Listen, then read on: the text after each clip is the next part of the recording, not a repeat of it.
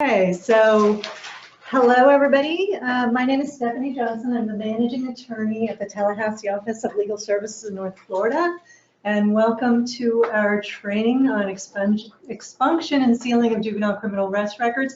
I'm going to use the words expunction and expungement intermittently because expunction is really hard to say. So, but that's what the statute says. So we are doing this training in conjunction with a new project that Legal Services is starting called the Square One Clean Records Project. And we started this project because we noticed that a lot of youth that were aging out of foster care with delinquency records or criminal records, they didn't know what to put on job applications or housing applications as far as the record is concerned. They didn't know if they were qualified to get an expungement, and they didn't know whether their charge or conviction was one that would automatically come off their records at a certain point. They didn't even know what their disposition was, actually. So what we wanted to do is we wanted to pair these youth and the young adults in the independent living programs with an attorney, so that attorney can provide them a consultation and look at their criminal record, look at their delinquency record, and if an expunction is appropriate, even file an expunction for them. And so that's why we're having this training. What you're going to hear, let me just tell you the nuts and bolts of the project. Thankfully, we have several attorneys who are interested in becoming pro bono attorneys on this project. And kind of the nuts and bolts of how it's going to work is we're going to get a referral from Children's Home Society. They're going to refer the child to Legal Services. Legal Services will then get the guardian ad litem program to submit an order to the court to release their phase sheet to us. At that point, we will connect the pro bono attorney with the independent living specialist, which is basically the child's caseworker. And so that independent living specialist will call the attorney, schedule an appointment, and the independent living specialist will transport the child either to the attorney's office or to Legal Services or wherever you decide to meet. And then finally, Judge Scherstrom, who is the dependency attorney, he will make sure that all this has been done, and he will advise, or he will tell the child how important it is to go through this process at the next judicial hearing that the child has. So what you're going to hear in this training is a lot of legalities on how to expunge a record and record sealing. And what we hope you'll also be able to do is talk to the child, the young adult, about the realities. We can tell kids that if a job application asks if you've been convicted of a crime, you can deny it because you were adjudicated of a delinquency. We can tell kids that if they get an expunction, no one is supposed to be able to see the record. We can tell kids that it's illegal for an employer to ask them if they've been arrested. But unfortunately, that's not the reality. And usually the reality is what prevents them from getting the job. So they're really going to be asked about arrests. I mean, it just happens. Employers ask them. Sometimes the clerk may have not swept their entire record clean. And frankly, the employer is not going to care about the semantic differences between the words crime and delinquency. So they just see a dishonest kid who didn't admit to a conviction. I was talking to an employment lawyer last week about this frustration between the law and what the reality is. And he suggested that if you're going to be advising a young adult and maybe telling them that at 25, this is going to come off your record, to put that advice in writing on your letterhead, because then if the child gets called on it by an employer, they can just show them the advice letter and say, no, I'm not being dishonest. This is what the lawyer told me, is supposed to happen. So we're going to work with that and see if that works. So one more thing before I introduce our trainer. I have been working with foster youth and kids who have transitioned out of foster care for 20 years. And these are extremely resilient kids. And it is very rare that an adult takes time and tries to help them. It's a huge thing for them. So as you're sitting with them and you're looking at the mistakes that they've made on their face sheet, we hope that you use this as an opportunity to connect to the child. And, it could be as little as calling them 2 weeks later and saying, hey, do you have any more questions about what we talked about the other day?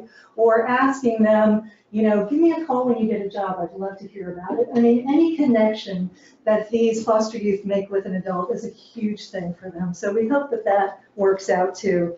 So now let me introduce you to Nancy Daniels, a person who has gone above and beyond in making connections with foster youth and youth and delinquency systems. She was the public defender for the Second Judicial Circuit for about 26 years, and she's currently a legislative consultant for the Florida Public Defenders Association. She has always fiercely advocated for systemic improvements for at-risk youth, and she has very graciously agreed to be a resource for this project. So, Nancy? Well, thank you, and welcome everyone, and thank you for participating in this project. It's the rare foster child who is able to successfully navigate this post-18 world.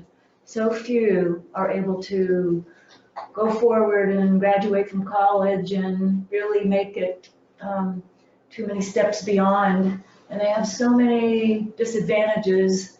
So this project is great for trying to give them some help and help in any way that we can legally or other ways if we get from a relationship with a child. I want to give a very clear theme to this presentation, and that is it's going to be the rare case that you ever use the one-time remedy of sealing or expunction for a child. It's going to be rare for a number of reasons. Generally speaking, the records are confidential. Juvenile records are confidential. Court clerks do not disclose juvenile records. Florida Department of Law Enforcement discloses felony arrests, but not misdemeanors. So that's one piece of this puzzle. Another is that juvenile records automatically by law are administratively sealed at certain ages. So most kids are going to have their records automatically administratively sealed at age 21.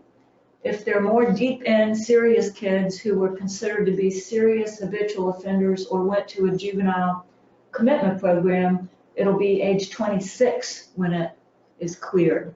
But we're going to go through all this, but I want to start with the theme that for one reason or another, either because other remedies are going to be in place to seal these records eventually, and because expunction and sealing is a one-time only remedy that the state gives you, it's going to take some ferreting out to find a case where it is the right thing to do to use that one-time tool. Now, there are going to be cases, so we're going to go through some details here and try to come up with a methodology for how we figure this out.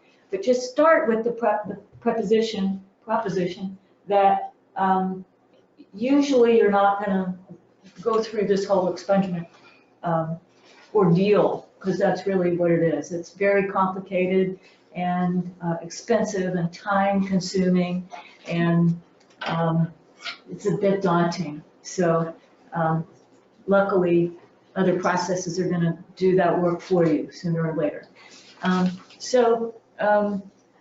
Just to go through the expungement statute, it's probably one of the most poorly written and complicated statutes you've ever read. I've probably read it, I don't know, 100 times in my life, maybe more, and I still see things in it and go, what?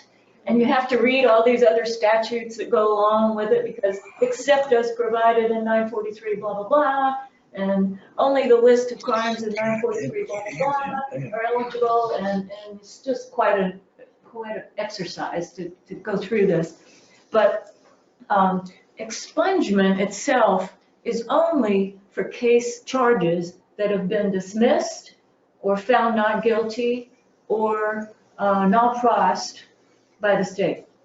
So if a charge wasn't filed after an arrest, or if the person went to trial and was found not guilty, or if a judge entered a dismissal for some reason, or entered a judgment of acquittal, and that case went bye-bye, then they might be eligible for expungement. However, many enumerated charges are not eligible for expungement or sealing. And those would be the more serious offenses: murder, sexual offenses, domestic batteries and assaults, any kind of aggravated assault or battery, felony battery, burglary of a dwelling, carjacking, kidnapping.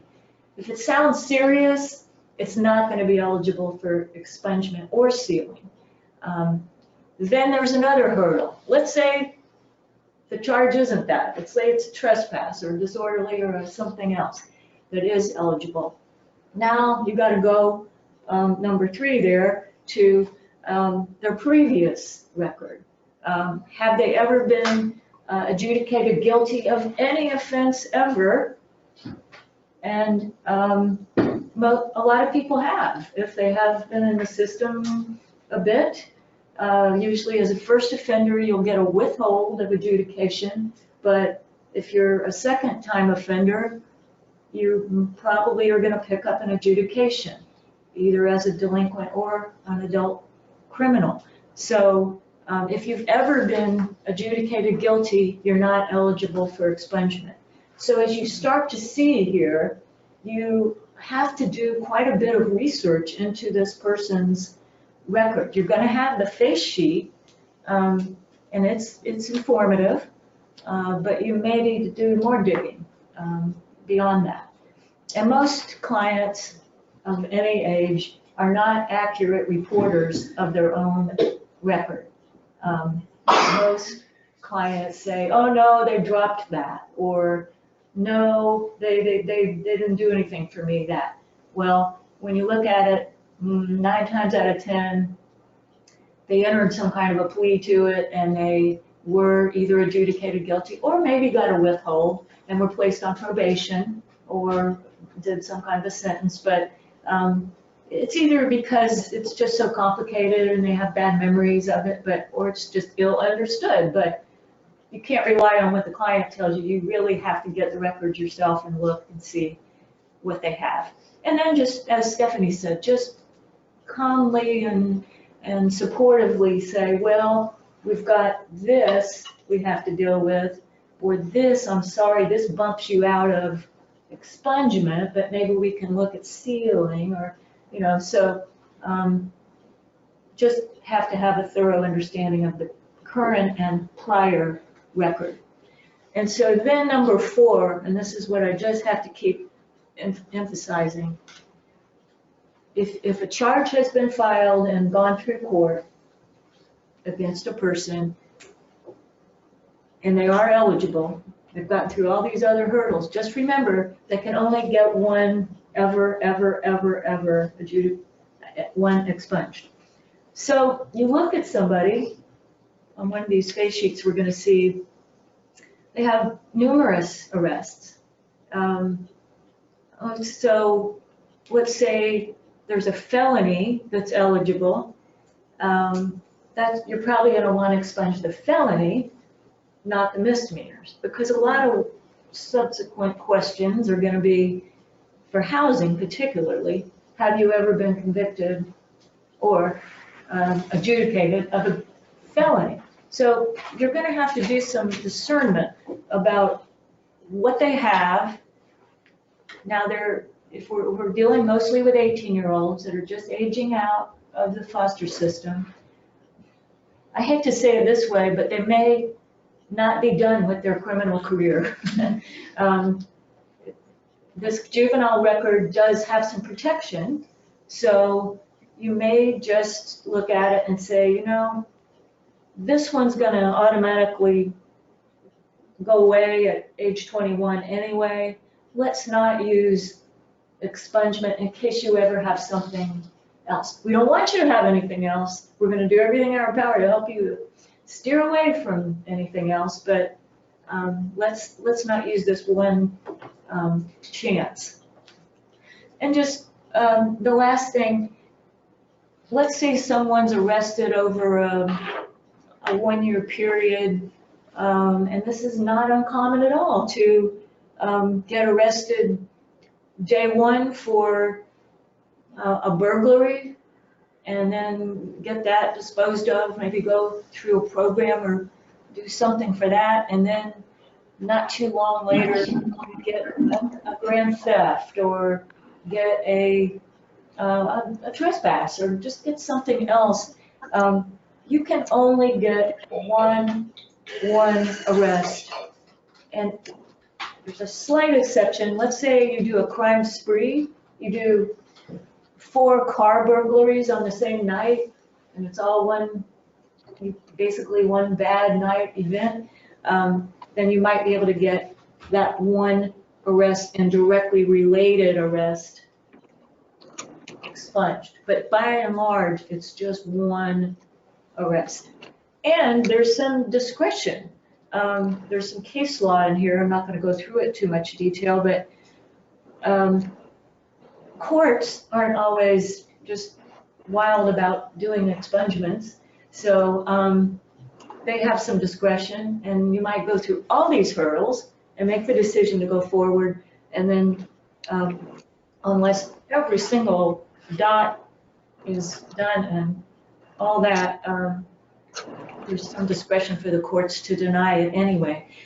I don't think that's a big problem in this area because the state attorney's office, by and large, if you're eligible, you've gotten through all these hurdles, and you've gotten your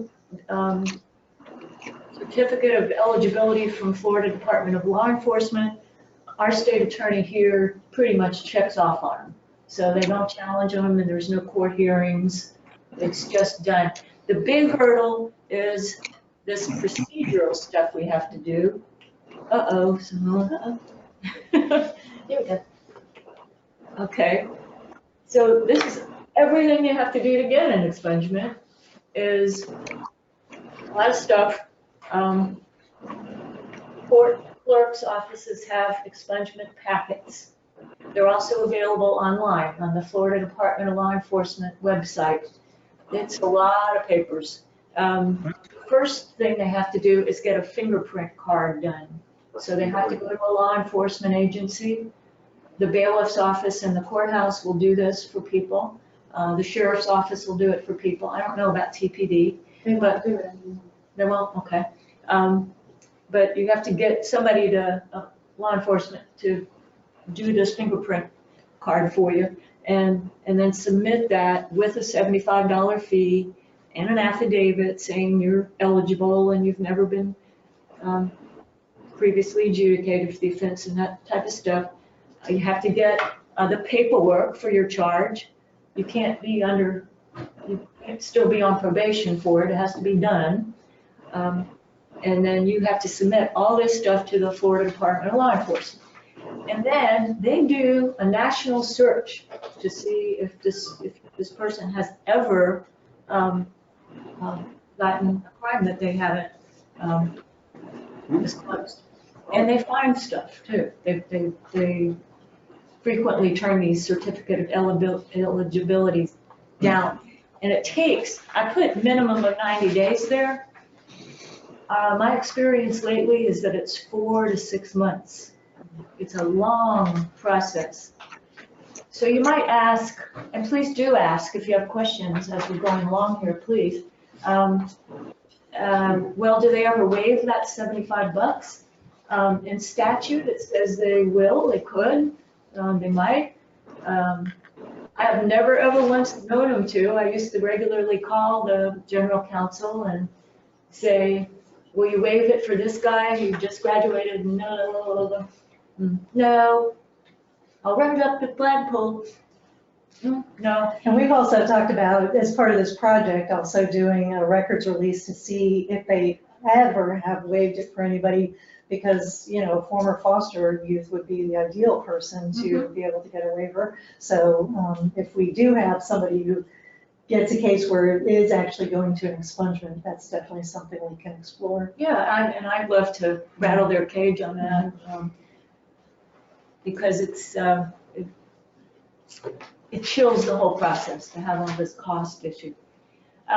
So the mechanics of once you've gotten through all this is you actually file a petition. Once you get the certificate of eligibility, that's a happy day. I just, right before Christmas this year, Christmas Eve, my client came in and had got this in his hand, and it was like, wow, what a great Christmas present, because it's quite a thing to obtain. But then you actually file the petition, it's in the forms, in the rules of procedure. You serve the state attorney and the arresting agency, and the state attorney here has a person, Amy Lee, who handles that, and she will, as I said, if they have that certificate, she'll just sign the form and check off on it. I don't know in other parts of the state whether they are so nice, but usually there's no hearing. Once you submit that petition, it goes to the court to act on it. It's usually within a day or two if it's uncontested. So that part goes real fast. It's the certificate of eligibility that takes so long, but once you have it in hand, it's no more than a week before you have obtained an order of expungement, and that's distributed to all these, the state attorney, the arresting agency, the FBI, and it's actually obliterated. That's the difference between sealing and expungement. Expungement is obliterated except for FDLE. They keep it. Now, here's the part Stephanie alluded to. Can the petitioner now say that they were not arrested for that case? Yes. The law clearly states that they can, but it cannot be charged with perjury for doing so. But there are 8 exceptions in statute, and they are basically the federal government, if the person is applying for employment with a criminal justice agency, if they're trying to be a lawyer, they're applying with the Florida Bar, they have to disclose everything. If they are trying to work for DCF or other state agencies, they must disclose. If they're trying to be licensed as an insurance agent, they have to disclose. And if they're trying to be a guardian, they have to disclose. I just came across one of those, and this is somebody who had a long ago offense, and she had to disclose it, and she wasn't allowed to be a guardian because of it, and it was just broke my heart. The basic private entities cannot have access to it, so they will get, a lot of places go to FDLE and get the person's rep sheet, and it won't be on there if it's expunged. So how do employers find out anyway? They do sometimes, because a lot of them subscribe to mugshot services, and this is just a totally separate entity than FDLE. So they may randomly figure out that the person really does have an arrest in their past. And I've had it happen, and I think we all have who've worked with this, that they say, okay, well, you're not getting a job with us. Or we've even had clients that had a job by now, and then that catches up with them, and they get fired because they say, you didn't tell us about this. Well, my lawyer told me I didn't have to. The law says I'm clean on that one. I don't care what it says. And I've had many a conversation with general counsel of Home Depot or Lowe's or Winn-Dixie or all these different places that seem to find expunged records somehow. So it can happen, but I still think the proper advice for the client is, no, you not, especially if it's just a juvenile record, that's not a crime, for one thing. And even if it's a juvenile record and it's been expunged, you have used a process of law that allows you to say no. So I know it seems squishy, but that's what the law says. And the case law is very, very clear on this too. So there are some exceptions to having to go through all this stuff. Recently, we've all heard the stand your ground law is law in Florida, and a lot of people are super interested in the self-defense exception. And so if a person either has been arrested, but then not charged because it's concluded by the state attorney that it was lawful self-defense, or they've gone through and had the case dismissed because of this, or been found not guilty because of lawful self-defense, they're eligible for this expungement, but they still have to get that certificate of eligibility and go through that $75 and all that, the 6-month wait and all that business. So it's not that great. I mean, I think it's throwing a bone to self-defense fanatics, but that's there. Now, F has been on the books for a while. Chris, you might have you ever worked with it? We have not done one, we've explored it, but then, you know, sort of the person we were gonna do it for sort of moved on and left the area, but Yeah. we got, you know, maybe halfway through. Yeah, for those that can't hear, there's a lawyer here who works with a lot of human trafficking victims, and it's hard to find somebody who's gonna be just quite eligible and present in your caseload long enough to have this. But the big thing with it is, how do you know they were a human trafficking victim? Who says so? You have to get some kind of documentation of the victim status, and the law is not too clear on what that is. I'm assuming that if a state attorney dropped a case or gave a lesser plea because of this, they would vouch for the fact that this was a victim and be willing to give documentation, but this is not very well filled in just yet. So if this one happens to come along, you may break new ground, you know, in using it. The one that is going to apply quite a bit to our folks is G, Teen Diversion Program Expunction. And this, if let's say the typical teen goes through a program for petty theft or for trespass, and they get a juvenile arrest, they go through an expungement program, they are eligible for this, and they just have to pay that fee, and it doesn't count for this once in a lifetime expungement limit.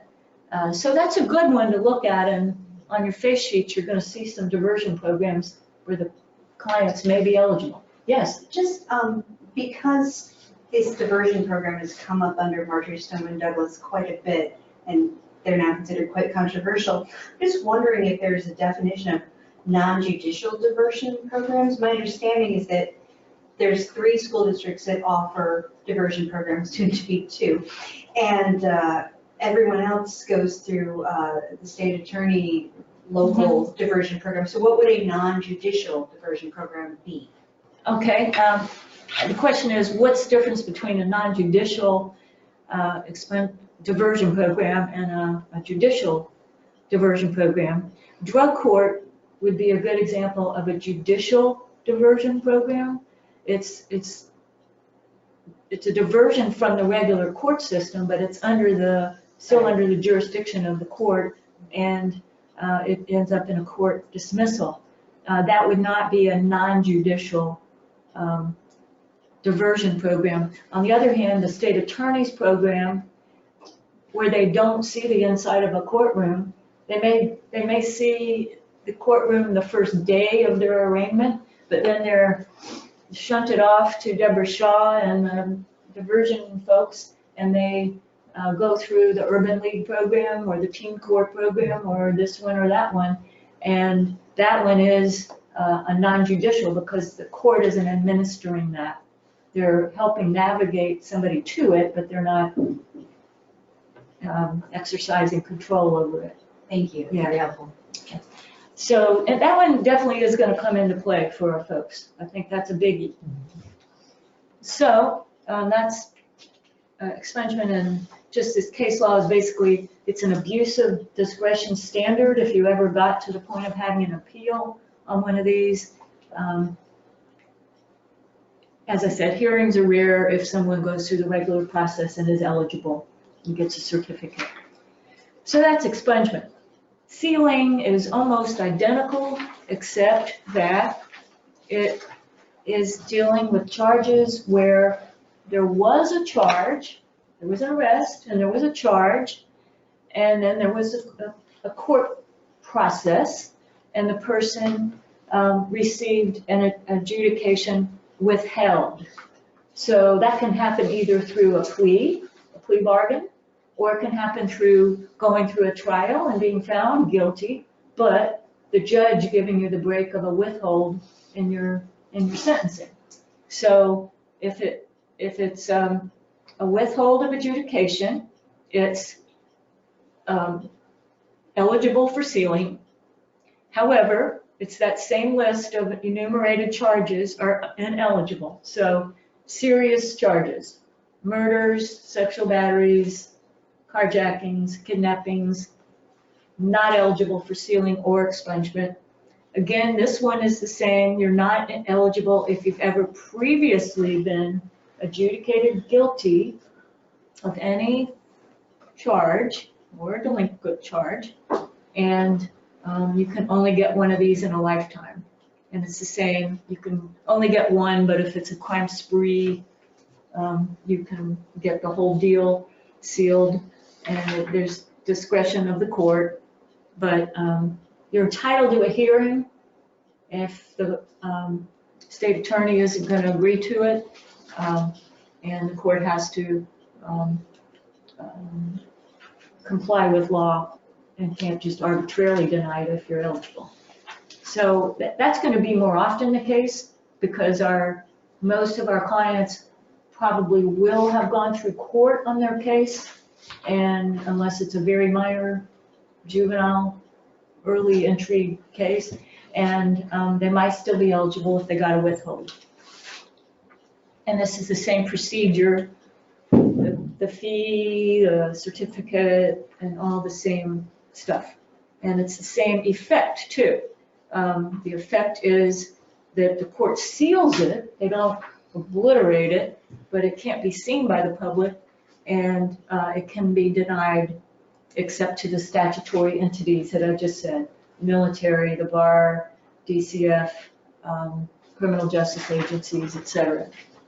And can't be cited for perjury for saying that. So case law is the same, there's discretion, and judges who just deny it arbitrarily can be reversed. So this is some newly breaking ground here is administrative expungements. So this is a separate legal remedy other than what complicated stuff we just looked at. The first one there might apply to some of our folks. If there's a mistaken arrest or an unlawful arrest, and the state attorney is going to say so, or the law enforcement agency that made this bad arrest, how likely is that? I think it's more likely the state attorney is going to say it's a bum arrest. You can pursue this mistaken arrest expungement, but you're going to have a piece of paper from the state attorney saying that. And I think that's going to be rare, but you know, it may be worth trying. This new one is so exciting. I was present at the scene when House Bill 7125 passed this last session. It's a mega criminal justice reform bill. It is 389 pages long, and embedded in it is this. Now, here's a little glitchy thing. That law, 7125, is not effective until October 1st of this year, but this exception, an expunction automatic deal here, is already in the statute book. So I think we're gonna be on safer ground pursuing it after October 1st. It's only another month. So that's when we're gonna shoot for getting this project going. So we're probably on firm ground there, but anything between now and then. This is great. This requires FDLE to administratively seal all records of adults and juveniles if either a charge wasn't filed, the charge was a null pros by the state attorney, a not guilty was rendered, or an acquittal was rendered by a judge, except for forcible felonies. So remember, we went through that saying there's already an expungement when a charge isn't filed and we're null pros and all that, but there's some exceptions. There's all those statutory exceptions to that. This only carves out forcible felonies, and forcible felony is a very interesting list in the statute. The first forcible felony is treason. But then there's some ones you would imagine would be on there: murder, sexual battery, carjacking, home invasion, robberies, bomb offenses. And then there's a catch-all, any other offense involving the threat or violence. So for low-level stuff, this is great. If it's gonna catch a lot of stuff that juveniles have happen, because they could go through, going back to the question about the difference between a judicial and a non-judicial diversion program, any way the charge got dismissed, they're gonna be eligible for this, unless it's a forcible felony or a sexual offense. So this is a great thing. It's gonna help some people, and they don't have to wait till they're 21 or 26 or any of that. This is just gonna happen as of October 1. Can I ask, so being an administrative expunction, does anything have to happen to click that into place? It's just Supposedly supposed to not. automatically. Supposedly not. Okay. I can't wait to see. Yeah. I'm gonna do some spot testing after October 1st and see what it looks like. But it is supposed to happen. I'm told that FDLE is gearing up big time for this. A question that's come up, and I'm just assuming it's retroactive. I mean, why bother just making this applicable to post-October 1 charges? I don't see why they would be gearing up and doing all that if they're not going back and doing all the past charges. But I hope there's not a problem on that. We might have to litigate somewhat if there's a way of doing that. But this is a great new thing. There's some recognition in the legislature now that we've gone overboard with all these records that people have, and no way to get it off in an easy way, and being stuck with it forever, ever, even if you got a good disposition of the case. So there's progress, and I'm really super happy to see it. Is this limited to unlawful arrests and or mistaken arrests? No, it's any So the arrest. first- But A is not a predicate to B. No, they're two separate statutory exceptions. Thank you. And can I ask you, are you saying, so charges or arrests of adults that they commit the alleged offense when they're an adult? Mhm. If an information is not filed or if it gets dismissed, that gets administratively Mhm. sealed? Unless it's a forcible felony or sexual So offense. it could be domestic battery then, Uh-huh. or simple batteries or stalking, things like that. Yep, if it's dismissed. I'm gonna go back and reread that and make sure that's the right answer. get back to you, but from what I see, yes. And the question is, would this include domestic batteries if they're not crossed or dismissed or found not guilty? Would they administratively seal under this statute? And I think the answer is yes. Question?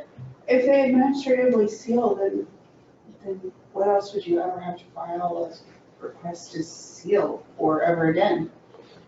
Because if seals only apply to these types of cases, and these are not going to be administratively sealed, what's left to file? Well, it would be cases where they go through the court process and it doesn't result in a not guilty or a judgment of acquittal, and they get a withhold of adjudication. Those would still be eligible for sealing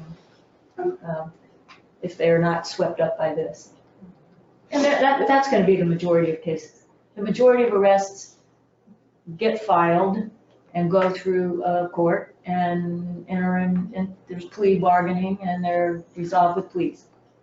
So, okay, but this is a good thing. And let's see, why did we go back wrong? Okay.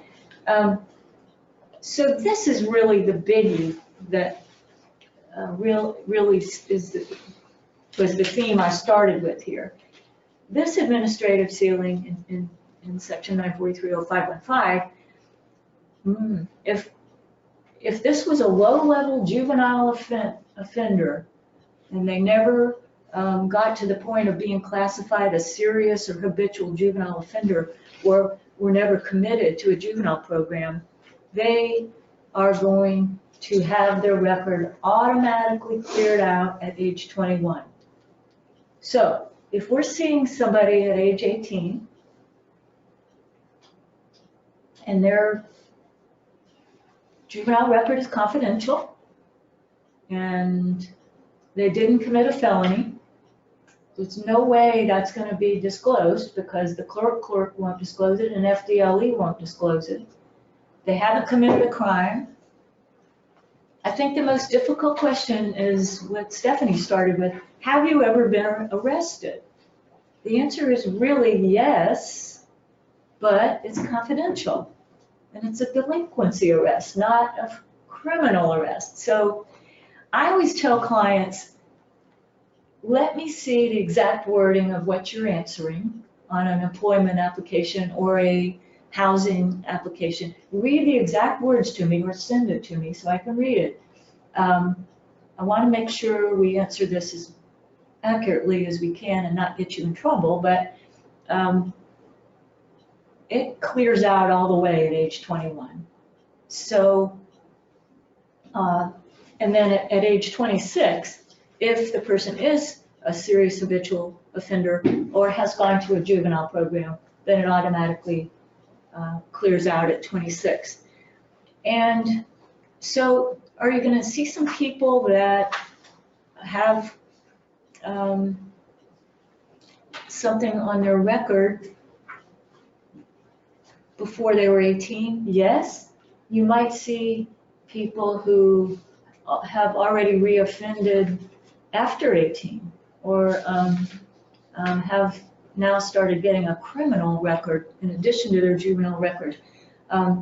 So that's why it's just going to require such analysis to say, who's this in front of me? What do they have as a juvenile, or hopefully not as an adult, but if they do, and what remedies are available to us, or which ones are going to happen automatically, and then should we use this one-time expungement sealing opportunity on this person when there are so many other ways that it's confidential or it's about to be cleared out.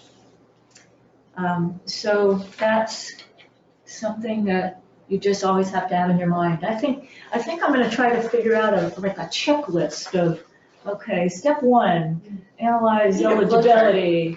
Step 2, analyze prior record eligibility. Step 3, analyze automatic remedies. 3, step, and just kind of decide what is that.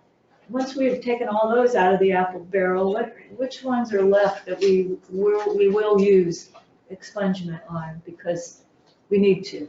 to help the child, or the now early new adult. Yeah, it's so fact specific. I mean, you can get somebody who at 18 picked up a misdemeanor, but that's the only charge they've ever gotten, and they want to go into nursing school or something. So for that person, it might be a good idea to pursue it because they, you know, you don't think they're going to commit any charge, and they really don't think, and that's the only way they can get their career started. So it's just going to be very fact specific. Yeah, and I will say, as far as nursing degree applications and licensure, and even applying to nursing school, I've had a couple of those, and the nursing application, the nursing school application and licensing asks the question, have you ever been arrested and you must disclose any expunged or sealed offenses? Well, They're very, very picky about it, and I had a client who didn't disclose a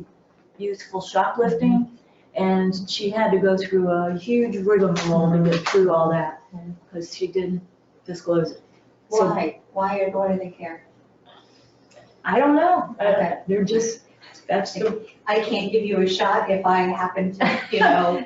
when I was Back it out. 17, I took a necklace, or, you know, I mean, I don't know, but, yeah, be real careful about any kind of licensure applications. But, yeah, this is, it's just, it is gonna be specific, and, this is called early expungement or expunction. If somebody between 18 and 20 does it, for some reason, it's called early expungement. It's referred that way in the literature. But just remember, it counts as a once-in-a-lifetime opportunity. So now that we've seen all this, let's look at some cases. Stephanie, you help me with this because you've been over these face sheets. Has everyone here ever seen a juvenile face sheet, or is anybody? Okay, they're so hard to read. It's like reading an FDLE rap sheet. It's just terrible. It's hard, hard to figure out what it is. Can it be any larger for aging guys? Can we zoom that by any chance? Tech wizard lady? Why is it called a face sheet? Like, what does that mean? I was kind of wondering. Yay, look at that. Awesome. Those aren't for looks. Why is it called a face sheet? Like, what is it? Is it one person or is it several people? This is one person. This is 16-year-old female, we know. And I want to pretend that we're seeing her at age 18, after she's aging out, and this is her record. This just is everything she's got. So she starts with non-law violations there, and she's got a tampering. We see an intake, but we don't see any disposition date or adjudication there. Disposition unknown. That's Who you would prepares have- these? Like, where does this come from? Who? DJJ produces this, Okay. Department of Juvenile Justice. And then let's just put a question mark on the 1/16/2018 arrest, because we don't know what happened to that. 2017 arrest there is robbery. Now, that should put red flags up. Uh-oh, not eligible because bad, serious offense, robbery. But it says on the right there, no adjudication and charge reduction. And we don't know what the charge reduction was to. Some robberies go down to petty theft or grand theft, but they might still be eligible for some kind of remedy. We're gonna have to get more records on that one. And even though court clerks don't disclose to the public, they do disclose to the child or the counsel for the child. So that's gonna require more digging. And then the rest of them we're seeing here, law violation, probation. We see an adjudication on that 10/7/2017 arrest, but we don't know what that's, the underlying case that they're on probation for. We see a petty theft, that might very well be eligible for something, but there was an adjudication.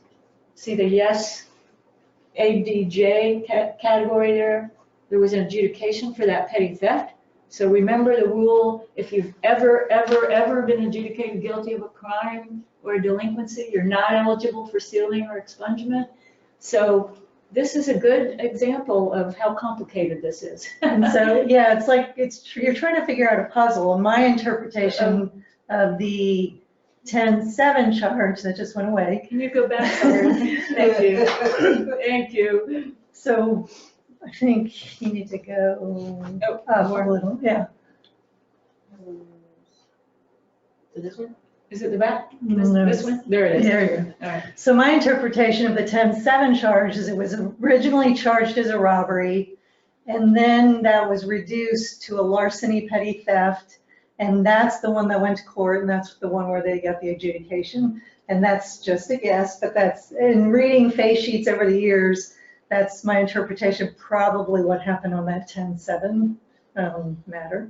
So yeah, reading these face sheets is like trying to figure out a puzzle, and it's quite fun. Yeah, so if that theory is correct, and that's a good guess, the problem is the adjudication. So we're gonna have to sort through and see if any of these remedies apply despite the adjudication. So a Y in that column is always gonna be like, uh-oh, let's see what that is and see what's available here, if anything. Probably nothing. But the Y could be a withhold, or is it? No, the Y is It's yes. is an adjudication. Y means yes, Yes. adjudicated, right? Yeah, so if you go down a little bit, Simone, on that same page, you'll actually see a withhold. Yeah, so the W is the withhold. Yeah. So, And that bottom one there, you see the null pros. So that's a good one. That one, there's lots of remedies for cases that are null pros. But let's just say you say, oh, you got one that can be expunged. All right, a disorderly. Well, if you've got these other things that can't be expunged, do you want to use your expungement opportunity on a 14-year-old who got into a fight? If you think they're going to maybe mess up more seriously down the line, maybe not. So that's why we're just always going to have to figure out what do we have, what are the likelihoods here, and should we use this? Well, under the new statute, since that was an all cross, that should go away administratively, right? Mm-hmm. Should administratively sealed, theoretically? Yes. It's an all cross? It should, right. And it would go away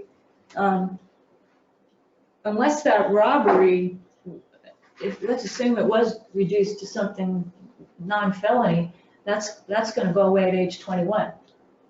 All of this. So. Is there a way to test that,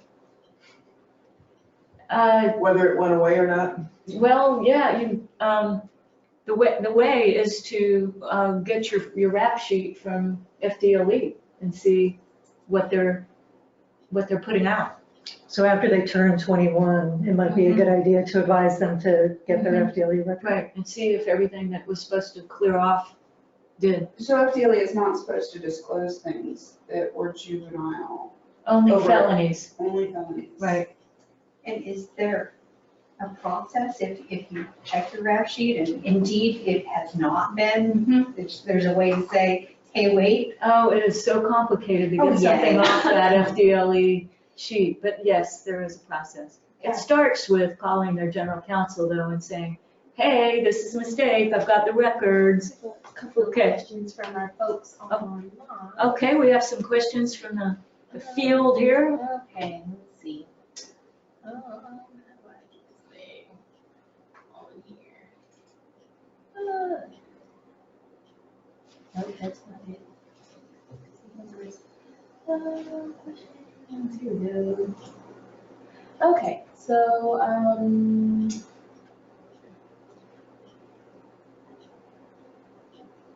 okay, we got this one. After 10 years, will you be able to expunge under this new section? Can't hear you. It says, after 10 years, will we be able to expunge under this new section? That's the question. Well, I think what that's referring to is you can seal some records for 10 years, and then if you don't reoffend within that 10 years, then you're eligible for an expungement. And then, so I think the answer is yes. If you use the sealing statute and you get sealed and you don't have any problems for 10 years, you can then expunge. Our next question is, for DOE, educator applications require disclosure? Yes, they do. DOE is one of the statutory entities that you have to disclose to. Let's see. So this one. That one is does it take 90 days for FDLE? I said 90 in the outline, but my experience is it's more like 6 months. Right now, they're working on March. Uh-huh. Yeah. Okay. Okay. Let's see this one. Human trafficking. The understanding is that a juvenile is already considered a victim if involved in human or sex trafficking. Is that the case? I'm gonna say I don't know the answer to that. Chris, we have somebody here. If the fact that a juvenile is involved in a human trafficking, are they automatically per se considered to be a victim? Can you read the question again? I was not, I Uh-huh. was writing notes. There was a slide and you discussed human trafficking victims having to get documentation of their victim status. My understanding is that a juvenile is already considered a victim if involved in human sex trafficking. Is that the case? Steph, didn't we have to get a paper on a couple of kids that formally stated that they were the victims? I'm gonna say in the room, we don't know the precise answer to that. Familiar about that, I would assume there's a presumption that any child I think there is. but the statute still says documentation. Well, and I think if there's a court case ongoing against the abuser and the juvenile is a victim in that case, then clearly they're a victim of human trafficking. But it gets a little complicated, right? Because they're, so we've got a kid who was trafficked who got picked up on a stolen cell phone charge. Well, is that part of the trafficking or not? And so. Right. Yeah, if you have an seemingly unrelated charge like stealing a cell phone or something that's not directly involved in the trafficking activities. But yet, Does that get you out? Does that get you under this exception? I doubt it. I think it depends on who the state attorney is. Chris and I were talking earlier that trying to link the crime with the trafficking is something you have to sort of advocate to the state attorney. And then, trying to prove that you actually are a victim of the trafficking is the second hurdle, or maybe the first hurdle. So. Right. Since it's not a court order expungement or sealing, there's a question, but an administrative expunction, does it work differently? And no, it's not supposed to work any differently no matter what type of expunction it is, whether it's administrative or the rigmarole process that you pay for and go through all that paperwork for. Okay, I think we're just about to run out of time here. There's one more face sheet. Yep, I think that's it for the questions as of right now. Okay, let's see if we can get to this last face sheet. Hold on, give me just a second. Okay. All right.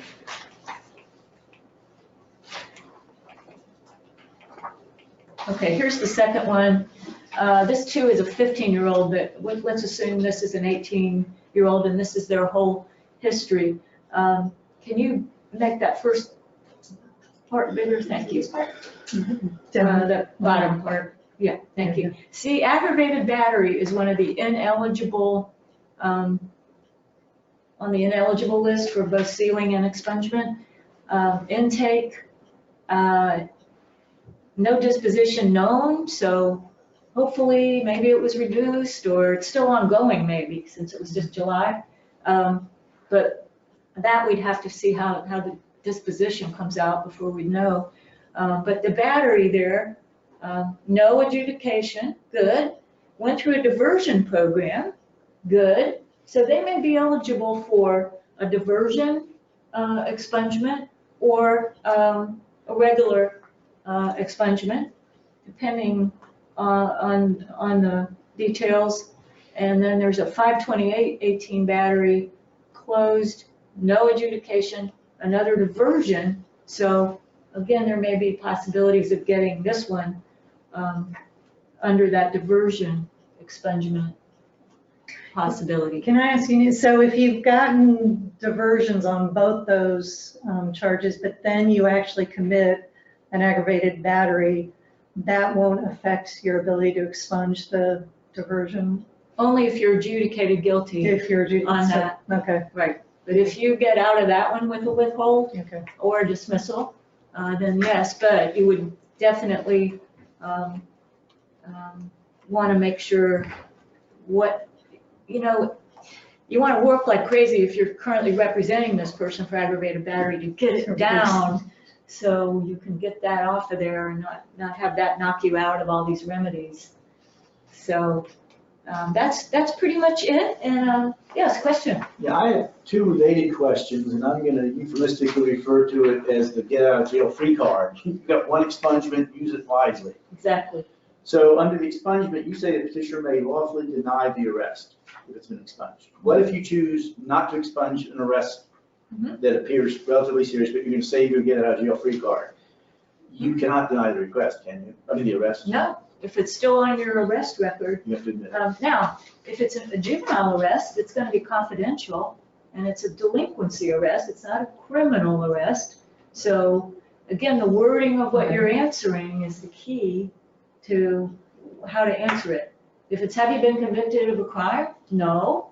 Have you been arrested for a crime or for a criminal offense? No.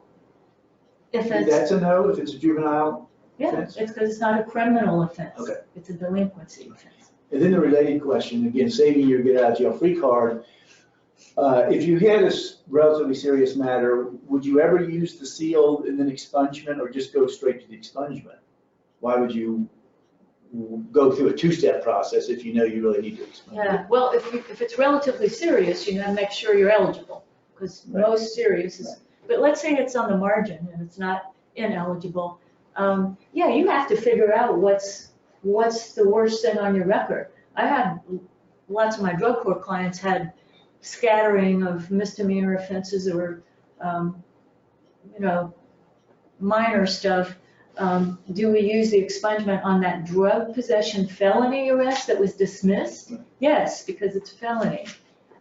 So you do have to do some deciding about what's the worst looking thing.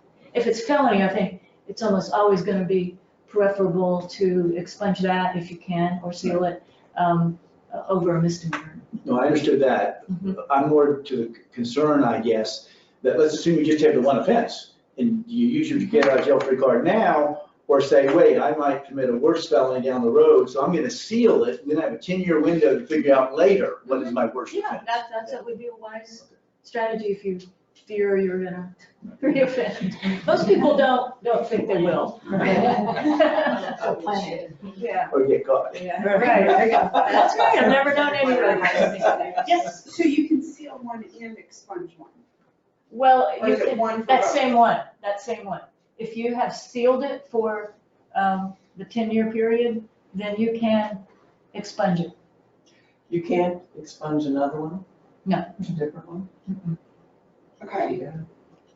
Nope. So if you Unless seal it's not, it's one of those categories, it's not pros, dismissed, not guilty, but if you were adjudicated through court on it, no. I see, So if you know, let's say you want to save, what, like he was saying, you're going to save your expungement, but if you were to seal the one that you have right now, Mhm. 10 years from now, you haven't committed another offense, 15 years from now, let's say you have committed another offense, so you've got another one sitting out there, that one was withheld. Can you expunge either one or just the one that you sealed? you can expunge either one. Okay, So you would make a decision, which one. so is- theoretically, you can seal one and then later expunge a different one? Yes. Okay. Yes.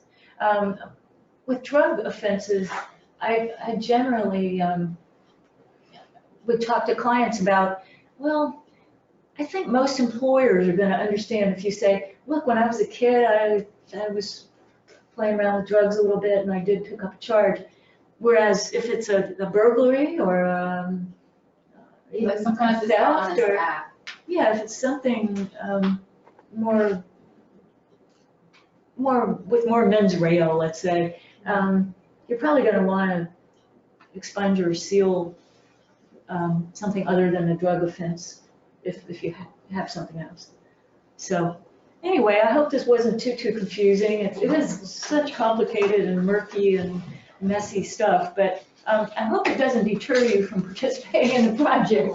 I will be glad to help you with any that you get that are complicated, and I'm sure there'll be great resources. So thank you again for being here and listening on the webinar. Thank you. I hope we help some folks. And thank you. Thank you. Thank you. And for those of you who have expressed interest in helping with the project, John Fenno will be getting in touch with you. And if those of you who are now interested in trying to help, you can let John Fenno know, and we'll get you signed up. And yeah, we're going to have a lot. It's a new project, so we're going to have a lot of mentoring, a lot of assistance, and it's going to be a good thing. Thank you.